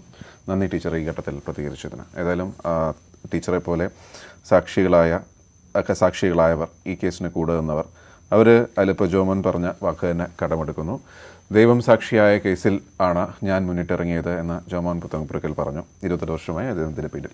ഏതായാലും അതിൻ്റെ ഒരു വിധിയാണ് നമ്മളിന്ന് കാത്തിരിക്കുന്നത്. വരും മണിക്കൂറുകൾ വളരെ വിശദമായി തന്നെ നമുക്കതിലേക്ക് പരിശോധിക്കാം. ഇപ്പോൾ ചെറിയ വാർത്തകൾ കൂടി പരിശോധിക്കാം. സംസ്ഥാനത്തെ ബാറുകൾ ഇന്ന് തുറക്കും. കോവിഡ് പ്രോട്ടോകോൾ പാലിച്ച് ബാറുകളും ബിയർ വൈൻ പാർലറുകളും ഉൾപ്പെടെയുള്ള എല്ലാ മദ്യവിൽപ്പനശാലകളും പൂർണ്ണതോതിൽ പ്രവർത്തിക്കാൻ സർക്കാർ അനുമതി നൽകി. ബിവറേജസ് കോർപ്പറേഷൻ ഔട്ട്ലെറ്റുകൾ രാവിലെ 10 മുതൽ രാത്രി 9 വരെയും പ്രവർത്തിക്കും. ബാറുകളിൽ നിന്നുള്ള പാഴ്സൽ സർവീസ് നിർത്തിവെച്ചു. കോവിഡ് പടർന്നു പിടിച്ച സാഹചര്യത്തിൽ മാർച്ചിൽ അടച്ച ബാറുകൾ 9 മാസങ്ങൾക്ക് ശേഷമാണ് തുറക്കുന്നത്. നേരത്തെ തുറന്നെങ്കിലും ഇരുന്നു മദ്യപിക്കാൻ അനുമതിയുണ്ടായിരുന്നില്ല. ബിവറേജസ് നിരക്കിൽ കൗണ്ടറുകൾ വഴി മാത്രമായിരുന്നു മദ്യവിൽപ്പന. ശക്തമായ സമ്മർദ്ദം ബാർ ഉടമകളിൽ നിന്ന് ഉണ്ടായതിനെ തുടർന്ന് ബാറുകൾ തുറക്കാൻ പലതവണ എക്സൈസ് വകുപ്പ് തീരുമാനമെടുത്തു. ആരോഗ്യവകുപ്പിന്റെ എതിർപ്പും മുഖ്യമന്ത്രിയുടെ പ്രതികൂല നിലപാടും ബാറുകൾ പൂർണ്ണതോതിൽ തുറക്കുന്നത് വൈകിപ്പിച്ചു. നിയന്ത്രണങ്ങളോടെ ബാറുകൾ തുറക്കാമെന്ന എക്സൈസ് വകുപ്പിന്റെ ശുപാർശ ഇപ്പോൾ മുഖ്യമന്ത്രിയും അംഗീകരിച്ചു. ബാറുകൾ, ബിയർ വൈൻ പാർലറുകൾ എന്നിവയ്ക്ക് പുറമെ ക്ലബ്ബുകൾ, എയർപോർട്ടിലെ കൗണ്ടറുകൾ, കള്ളുഷാപ്പുകൾ എന്നിവയും തുറക്കും. ബെവ്കോ, കൺസ്യൂമർ ഫെഡ് ഔട്ട്ലെറ്റുകളുടെ പ്രവർത്തനം കോവിഡിന് മുൻപുള്ള സമയക്രമത്തിലേക്കും മാറും. കോവിഡ് പ്രോട്ടോകോൾ പാലിച്ചാകണം മദ്യശാലകളുടെ പ്രവർത്തനമെന്നും സർക്കാർ നിർദ്ദേശിക്കുന്നു. ന്യൂസ് 18 തിരുവനന്തപുരം. ഇന്നലെ ഇതുമായി ബന്ധപ്പെട്ട് ഒരു സംവാദം ഉണ്ടായിരുന്നു. ബാറൊക്കെ തുറക്കുന്നു, പക്ഷെ അടിക്കാൻ കാശ് എവിടെ എന്നാണ് നാട്ടുകാർ ചോദിക്കുന്നത്. തൊഴിൽ നഷ്ടമാവട്ടെ, കോവിഡിൻ്റെ പ്രതിസന്ധി ആവട്ടെ, ഏതായാലും അങ്ങനെ ഒരു വാർത്ത കൂടിയുണ്ട്. ഇനി മറ്റു വിഷയങ്ങളിലേക്ക് കടന്നു കഴിഞ്ഞാൽ, നിയമസഭാ തെരഞ്ഞെടുപ്പിൻ്റെ പ്രചാരണത്തിന് തുടക്കമിട്ട മുഖ്യമന്ത്രി പിണറായി വിജയൻ്റെ കേരള പര്യടനം ഇന്ന് മുതൽ. കൊല്ലത്തും പത്തനംതിട്ടയിലുമാണ് മുഖ്യമന്ത്രിയുടെ സന്ദർശനം. സമൂഹത്തിൻ്റെ വിവിധ തലങ്ങളിലെ പ്രമുഖരുമായുള്ള ചർച്ചകളിലൂടെ തുടർ വികസന കാഴ്ചപ്പാട് രൂപപ്പെടുത്തുകയാണ് ലക്ഷ്യം. തദ്ദേശ തെരഞ്ഞെടുപ്പിൽ മുഖ്യമന്ത്രി പിണറായി വിജയൻ നേരിട്ട് പ്രചാരണത്തിനിറങ്ങിയിരുന്നില്ല. വിവാദങ്ങൾ ഭയന്ന് മുഖ്യമന്ത്രി ഒളിച്ചോടുകയായിരുന്നുവെന്ന് പ്രതിപക്ഷം വിമർശിച്ചു. നിയമസഭാ തെരഞ്ഞെടുപ്പിൽ മുന്നിൽ നിന്ന് നയിക്കാനാണ് മുഖ്യമന്ത്രിയുടെ തീരുമാനം. തെരഞ്ഞെടുപ്പ് പ്രഖ്യാപനത്തിന് മാസങ്ങൾക്ക് മുൻപേ പിണറായി കേരള പര്യടനം തുടങ്ങുകയാണ്. ഒപ്പം മുന്നണിയുടെ തെരഞ്ഞെടുപ്പ് പ്രചാരണവും. 2009 ലോക്സഭാ തെരഞ്ഞെടുപ്പിന് മുൻപ് നവകേരള യാത്ര.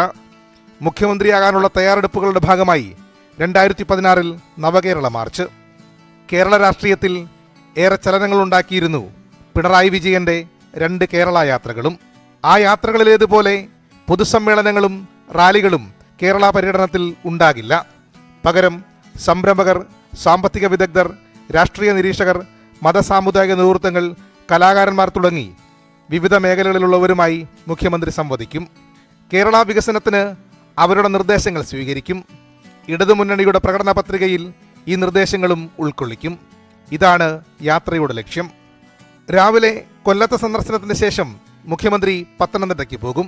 28 ആലപ്പുഴയിൽ കേരള പര്യടനം സമാപിക്കും. ഇടുക്കിയിലെ സന്ദർശന തീയതി തീരുമാനിച്ചിട്ടില്ല. ന്യൂസ് 18 തിരുവനന്തപുരം. സത്യപ്രതിജ്ഞ കഴിഞ്ഞതോടെ നഗരസഭാ അധ്യക്ഷന്മാരെ തെരഞ്ഞെടുക്കുന്നതിനുള്ള ചർച്ചകൾ സജീവമാക്കി രാഷ്ട്രീയ നേതൃത്വം. പാലക്കാട് ജില്ലയിലെ 7 നഗരസഭകളിൽ 5 CPM-നും പാലക്കാട് BJP-ക്കും മണ്ണാർക്കാട് മുസ്ലിം ലീഗിനുമാണ് അധ്യക്ഷ സ്ഥാനം ലഭിക്കുക. ഡിസംബർ 25-ന് മുൻപ് ഔദ്യോഗിക പ്രഖ്യാപനമുണ്ടാകുമെന്ന് നേതാക്കൾ വ്യക്തമാക്കി. BJP അധികാരത്തിൽ വന്ന പാലക്കാട് നഗരസഭാ ചെയർപേഴ്സൺ സ്ഥാനത്തേക്ക് 3 പേരുകളാണ് സജീവം. കഴിഞ്ഞ തവണ ചെയർപേഴ്സണായ പ്രമീള ശശിധരൻ, BJP സംസ്ഥാന സെക്രട്ടറി C കൃഷ്ണകുമാറിന്റെ ഭാര്യ mini Krishnakumar, 44-ാം ward councillor baby എന്നിവരുടെ പേരുകളാണ് പരിഗണനയിൽ. എന്നാൽ വൈസ് ചെയർമാൻ സ്ഥാനത്തേക്ക് BJP ജില്ലാ പ്രസിഡന്റ് E കൃഷ്ണദാസിന്റെ പേര് മാത്രമാണുള്ളത്. ഷൊർണൂർ, ചിറ്റൂർ, തത്തമംഗലം, പട്ടാമ്പി, ചെർപ്പളശ്ശേരി, ഒറ്റപ്പാലം നഗരസഭകളിൽ CPM-നാണ് അധ്യക്ഷ സ്ഥാനം. ഷൊർണൂരിൽ CPM നേതാവ് ജയപ്രകാശിന്റെ പേര് മാത്രമാണ് പരിഗണനയിൽ. ചെർപ്പളശ്ശേരിയിൽ പങ്കത്ത് ചന്ദ്രൻ, ചിറ്റൂർ തത്തമംഗലത്ത് കവിത, ഓമന കണ്ണൻകുട്ടി, ഒറ്റപ്പാലത്ത് ജാനകി ദേവി, T ലത, പട്ടാമ്പിയിൽ ലക്ഷ്മിക്കുട്ടി, കവിത തുടങ്ങിയ പേരുകളാണ് സജീവം. ഇടതുപക്ഷത്തിന് പിന്തുണ പ്രഖ്യാപിച്ചതോടെ പട്ടാമ്പിയിൽ കോൺഗ്രസ് വിമത നേതാവ് TP ഷാജി വൈസ് ചെയർമാനായേക്കും. UDF ജയിച്ച മണ്ണാർക്കാട് നഗരസഭയിൽ മുസ്ലിം ലീഗിനാണ് അധ്യക്ഷ സ്ഥാനം. മുസ്ലിം ലീഗ് മണ്ണാർക്കാട് മണ്ഡലം കമ്മിറ്റി നേതാവ് ഫായിദ ബഷീറിന്റെ പേര് മാത്രമാണ് ചെയർമാൻ സ്ഥാനത്തേക്ക് പരിഗണിക്കുന്നത്. അധ്യക്ഷ സ്ഥാനത്തേക്ക് മത്സരിക്കുന്നവരുടെ പേരുകൾ ഡിസംബർ 25-നകം ഔദ്യോഗികമായി പ്രഖ്യാപിക്കുമെന്നാണ് 3 മുന്നണികളുടെയും നേതൃത്വം വ്യക്തമാക്കുന്നത്. ഇത് സംബന്ധിച്ച് തർക്കങ്ങൾ ഇല്ല എന്നതും മുന്നണികൾക്ക് ആശ്വാസം നൽകുന്നുണ്ട്. ക്യാമറാമാൻ പ്രജിത് കോങ്ങാടിനോടൊപ്പം പ്രസാദ് ഉടുമ്പശ്ശേരി, ന്യൂസ് 18 പാലക്കാട്. തെരഞ്ഞെടുപ്പ് പരാജയം വിലയിരുത്താൻ കോൺഗ്രസിന്റെ ബ്ലോക്ക് തല യോഗങ്ങൾ ഇന്ന് ചേരും. കോൺഗ്രസിന്റെ ജനപ്രതിനിധികളും സ്ഥാനാർത്ഥികളും യോഗത്തിൽ പങ്കെടുക്കും. നാളെ മുതൽ ജില്ലാതല അവലോകന യോഗങ്ങൾ KPC ആസ്ഥാനത്ത് നടക്കും. MP-മാർ, MLA-മാർ, രാഷ്ട്രീയകാര്യ സമിതി അംഗങ്ങൾ, KPC ഭാരവാഹികൾ, DCC പ്രസിഡന്റുമാർ എന്നിവർ പങ്കെടുക്കും. കഴിഞ്ഞ ദിവസം നിയോജക മണ്ഡലം കമ്മിറ്റി യോഗങ്ങൾ ചേർന്നു. നിയമസഭാ തെരഞ്ഞെടുപ്പ് ഒരുക്കങ്ങളാണ് ചർച്ചയായത്.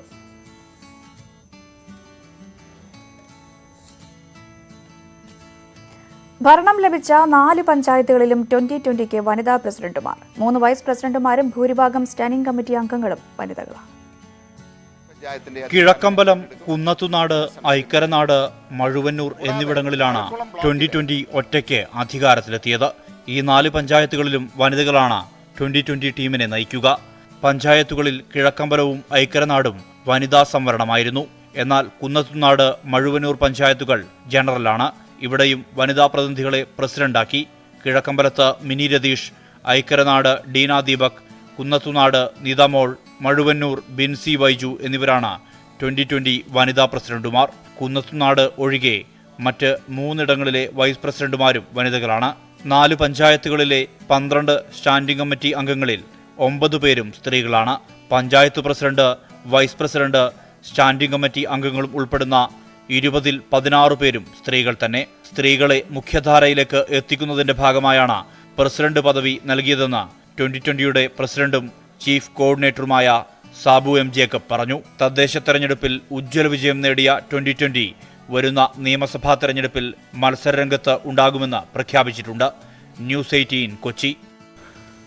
രാഷ്ട്രീയ വാർത്തകൾ ഇങ്ങനെയാണ്. ഇനി നമുക്കൊരു യാത്ര പോകാം എന്ന് തോന്നുന്നു. അത് തിരുവനന്തപുരംകാരുടെ ഇഷ്ടകേന്ദ്രങ്ങളിലും, തിരുവനന്തപുരംകാരുടെ മാത്രമല്ല സഞ്ചാരം ഇഷ്ടപ്പെടുന്ന എല്ലാവരുടെയും ഇഷ്ടകേന്ദ്രങ്ങളിലൊന്നായിരുന്നു പൊന്മുടി.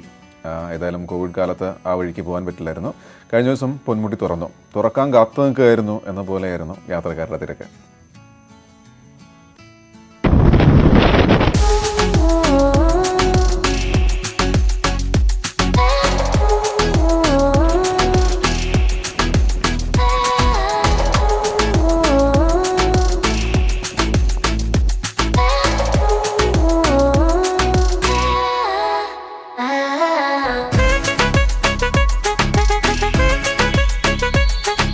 9 മാസത്തിന് ശേഷം പൊന്മുടി യാത്രക്കാർക്ക് വേണ്ടി തുറന്നു. ആദ്യ ദിവസങ്ങളിൽ തന്നെ യാത്രക്കാരുടെ ഒഴുക്കാണ് പൊന്മുടിയിലേക്ക്.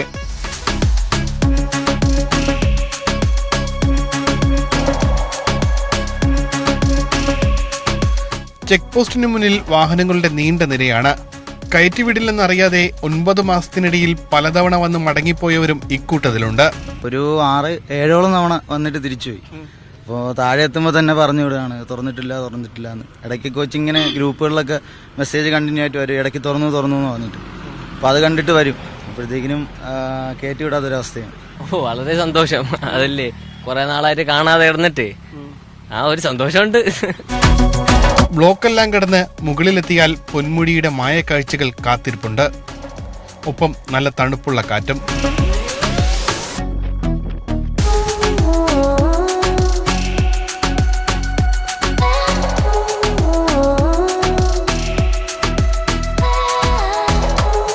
പൊന്മുടി കാണാൻ കുറച്ച് കാത്തിരിക്കേണ്ടി വന്നാലും യാത്രക്കാരും ഹാപ്പിയാണ്. കാലാവസ്ഥ അടിപൊളിയാണ്. ഞങ്ങള് കുറെ നാളായി ഇങ്ങോട്ട് വന്നിട്ട്, ലോക്ക്ഡൌൺ ആയിട്ട് വരാൻ പറ്റിയില്ലായിരുന്നു. അപ്പോൾ ഇന്നിങ്ങനെ തുറന്നതായിട്ട് അറിഞ്ഞു, അതങ്ങനെ വന്നതാണ്. ഞാൻ ആദ്യമായിട്ടാണ് പൊന്മുടിയിൽ വരുന്നത് തന്നെ. നല്ല ക്ലൈമറ്റ് ആണ്, നന്നായിട്ട് എൻജോയ് ചെയ്തു. എത്ര പേരെത്തിയാലും ഉൾക്കൊള്ളാൻ പൊന്മുടിയിൽ സ്ഥലമുണ്ട്. ഓടി നടന്ന് കാണാൻ കാഴ്ചകളും.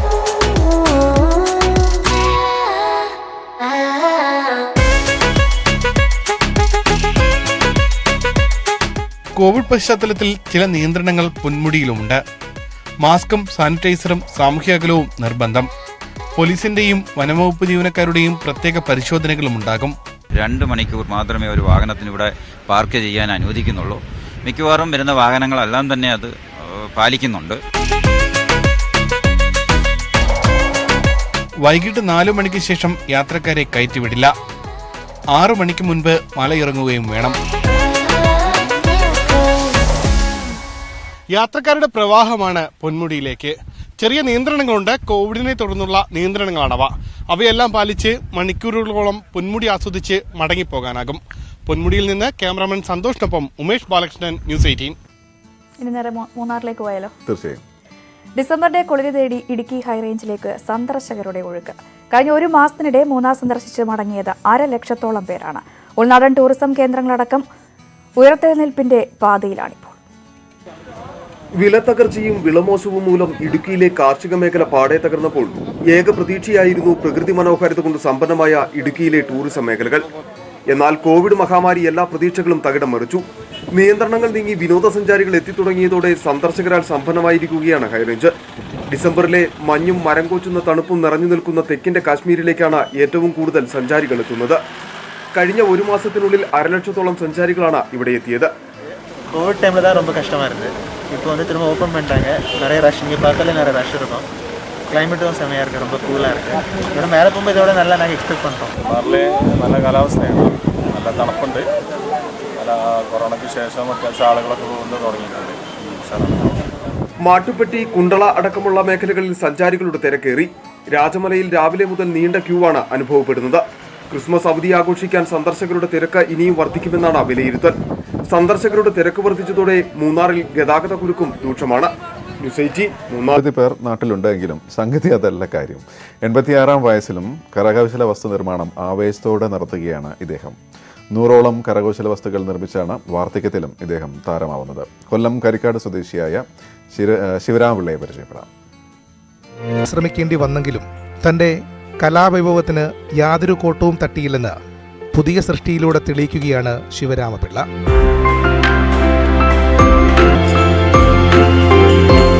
സ്വകാര്യ എഞ്ചിനീയറിംഗ് കോളേജിൽ നിന്ന് 1990-ൽ ലാബ് ടെക്നീഷ്യനായി വിരമിച്ച ഇദ്ദേഹം ഇപ്പോൾ പൂർണ്ണമായും ചിരട്ട ഉപയോഗിച്ച് കരകൗശല വസ്തുക്കൾ നിർമ്മിക്കുകയാണ്. ആദ്യം നിർമ്മിച്ചത് താമര, പിന്നീട് 100-ലധികം വ്യത്യസ്തങ്ങളായ കരകൗശല വസ്തുക്കൾ.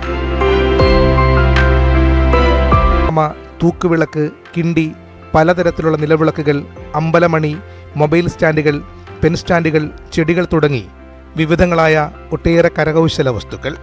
മരണം തട്ടിയെടുത്ത് ഭാര്യയ്ക്ക് സമർപ്പിച്ച ആൽമരം പൂർത്തിയാക്കാൻ 1.5 വർഷത്തോളം എടുത്തു.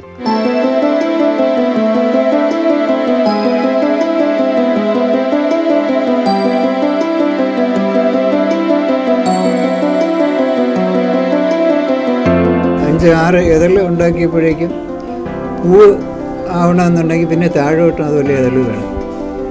വേറൊരു തേങ്ങ എടുത്ത് ഉടച്ച് അതും ഇതുപോലെ ഇതളുണ്ടാക്കി തിരിച്ച് ഫിറ്റ് ചെയ്തു.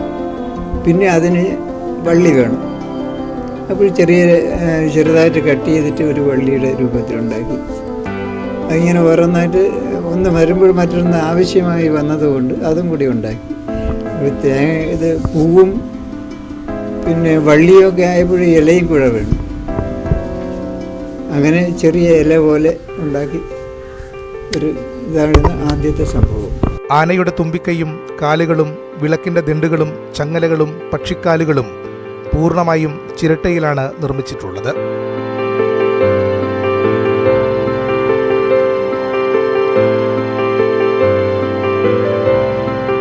നിർമ്മാണത്തിന് ചിരട്ടയും ചിരട്ടപ്പൊടിയുമല്ലാതെ ആശ്രയിക്കുന്ന ഏക വസ്തു പശ മാത്രമാണ്. സൃഷ്ടികളുടെ പൂർണ്ണതയ്ക്ക് വേണ്ടി 3 മാസം മുതൽ 1.5 വർഷം വരെ എടുക്കാറുണ്ട്. ചിരട്ടയോടൊപ്പം തടിയും ഇരുമ്പും ഉപയോഗിച്ചുള്ള കരകൗശല വസ്തുക്കൾ വിപണിയിൽ ധാരാളമായി കാണാറുണ്ടെങ്കിലും ചിരട്ട മാത്രം ഉപയോഗിച്ചുള്ള കരകൗശല നിർമ്മാണം അത്രയധികമില്ല. 3 മക്കളാണ് ഇദ്ദേഹത്തിന്. മകളുടെ കൂടെ കരിക്കോടാണ് താമസം. നല്ലൊരു യോഗി കൂടിയാണ് ശിവരാമപിള്ള. തിരുവനന്തപുരം കാട്ടാക്കട സ്വദേശിയായ ശിവരാമപിള്ള വർഷങ്ങൾക്ക് മുമ്പ് ജോലിയുമായി ബന്ധപ്പെട്ടാണ് കരിക്കോടെത്തിയത്.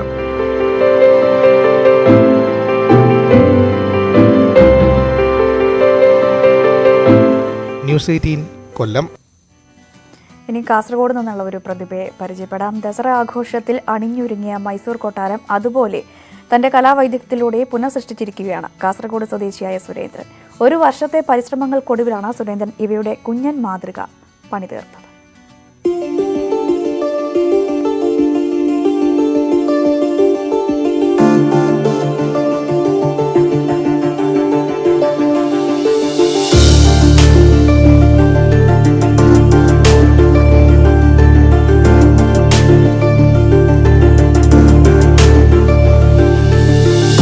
ഒരിക്കൽ കണ്ടാൽ തന്നെ മനസ്സ് നിറയ്ക്കുന്ന കാഴ്ചകളാണ് മൈസൂർ കൊട്ടാരം സമ്മാനിക്കുന്നത്. അങ്ങനെ മനസ്സിൽ കയറിക്കൂടിയ കൊട്ടാരത്തെ അതേപോലെ പകർത്തിയിരിക്കുകയാണ് കളനാട്ടെ സുരേന്ദ്രൻ.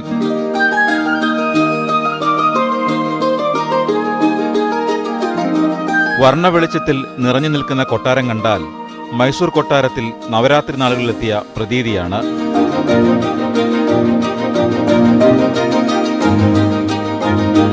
സുരേന്ദ്രന്റെ ബന്ധുക്കളേറെയും മൈസൂരുവിലും ബംഗളൂരുവിലുമാണ്. അവിടങ്ങളിൽ പോകുമ്പോഴൊക്കെയും മൈസൂർ കൊട്ടാരത്തിൽ പോയി.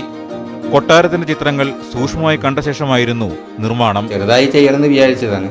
പക്ഷേ അത് ചെറുതായി ചെയ്യുമ്പോൾ അതിനുള്ള ഒരു കാണാനുള്ള ഭംഗി കിട്ടില്ല. അതുകൊണ്ട് ഏകദേശം 2 മീറ്റർ നീളത്തിലുള്ള ചെയ്തതാണിത്. ഇത് കാണാം, അപ്പോൾ കാണാൻ കുറച്ച് ഭംഗിയുണ്ടാവും. പിന്നെ ഇപ്പോൾ വീട്ടിലൊക്കെ കാണുന്നത് ഇപ്പോൾ ഒരാളെ 1-2 ആൾക്കാർ ഇത് വില ചോദിച്ചിരുന്നു കൊടുക്കുന്നു. പക്ഷെ മകൻ സമ്മതിക്കുന്നില്ല, കൊടുക്കണ്ടെന്ന് പറയുന്നത്. ഫൈബർ പ്ലേറ്റുകൾ ഉപയോഗിച്ചാണ് നിർമ്മിതികളേറെ. നവമാധ്യമങ്ങളിൽ തരംഗമായി സൂഫി ഖവാലി ഇനത്തിലുള്ള കാറൽ ഗാനം. പാട്ട് ഹിറ്റാവുമ്പോൾ ഗാനരചയിതാവ് ശബരിമല സന്നിധാനത്തെ തിരക്കിലാണ്.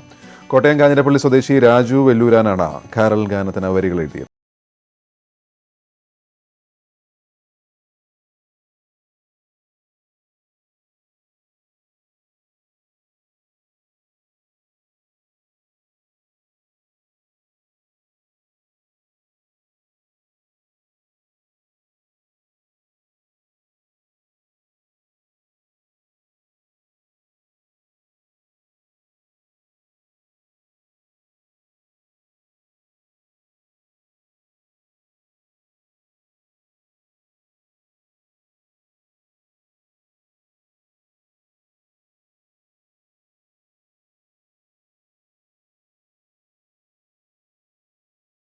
പുറത്തിറങ്ങിയ ആദ്യ കാരൽ ഗാനം ഇതിനകം തന്നെ സമൂഹ മാധ്യമങ്ങളിൽ വൈറലായി കഴിഞ്ഞു. 2 ആഴ്ചയോളം സമയമെടുത്ത ഗാനചിത്രീകരണത്തിൻ്റെ അണിയറയിൽ പ്രവർത്തിച്ചത് 20ഓളം പേർ. നവമാധ്യമങ്ങളിൽ ഹിറ്റായ കാരൽ ഗാനത്തിൻ്റെ രചയിതാവ് രാജു ഇപ്പോൾ ശബരിമലയിലാണ്. തിരുവിതാംകൂർ ദേവസ്വം ബോർഡ് ജീവനക്കാരനായ രാജുവിന് കഴിഞ്ഞ ഏതാനും ദിവസങ്ങളായി ശബരിമലയിലാണ് ജോലി. തികഞ്ഞ അയ്യപ്പ ഭക്തനാണ് രാജു. തൻ്റെ കാരൽ ഗാനം നാട് ഏറ്റെടുത്തതിന് പിന്നിൽ അയ്യപ്പൻ്റെ അനുഗ്രഹമുണ്ടെന്നാണ് രാജുവിൻ്റെ വിശ്വാസം. വളരെയധികം ഭഗവാന്റെ അനുഗ്രഹം ഒന്ന് മാത്രമാണ് എന്നാണ് ഞാൻ കരുതുന്നത്. ഞാൻ വിശ്വസിക്കുന്നതും എനിക്ക് ഉത്തമ ബോധ്യമുള്ളതും അയ്യപ്പസ്വാമിയുടെ എൻ്റെ എപ്പോൾ കന്ന് വീണാൽ പോലെ അയ്യപ്പ എന്നാണ് എപ്പോഴും നമ്മുടെ എൻ്റെ നായി വരുന്നത്. അപ്പോൾ ഭഗവാന്റെ അനുഗ്രഹമാണ്. മുൻപ് നിരവധി ഗാനങ്ങൾക്ക് വരികൾ നൽകിയിട്ടുണ്ടെങ്കിലും ഇത് ആദ്യമാണ് കാരൽ ഗാനത്തിൽ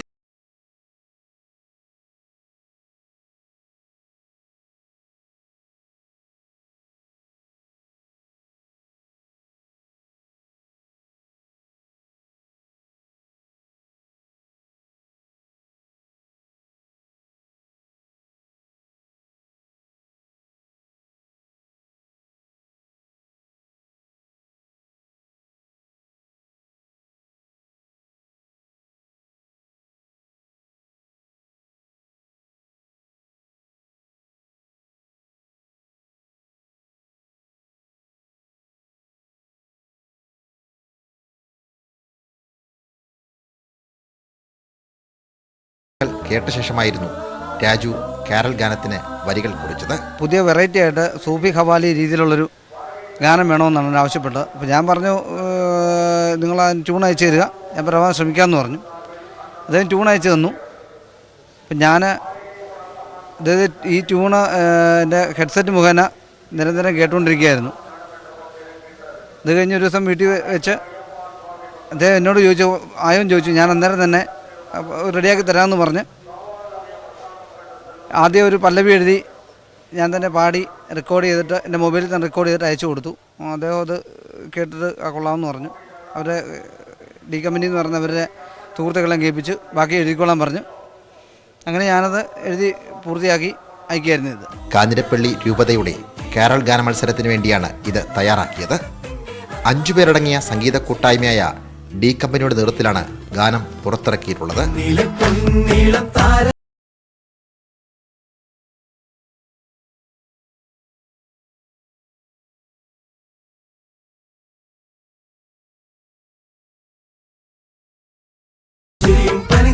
ക്യാമറമാൻ സി വിനോദ് കുമാറിനൊപ്പം സനോജ് സുരേന്ദ്രൻ, ന്യൂസ് 18 സന്നിധാനം.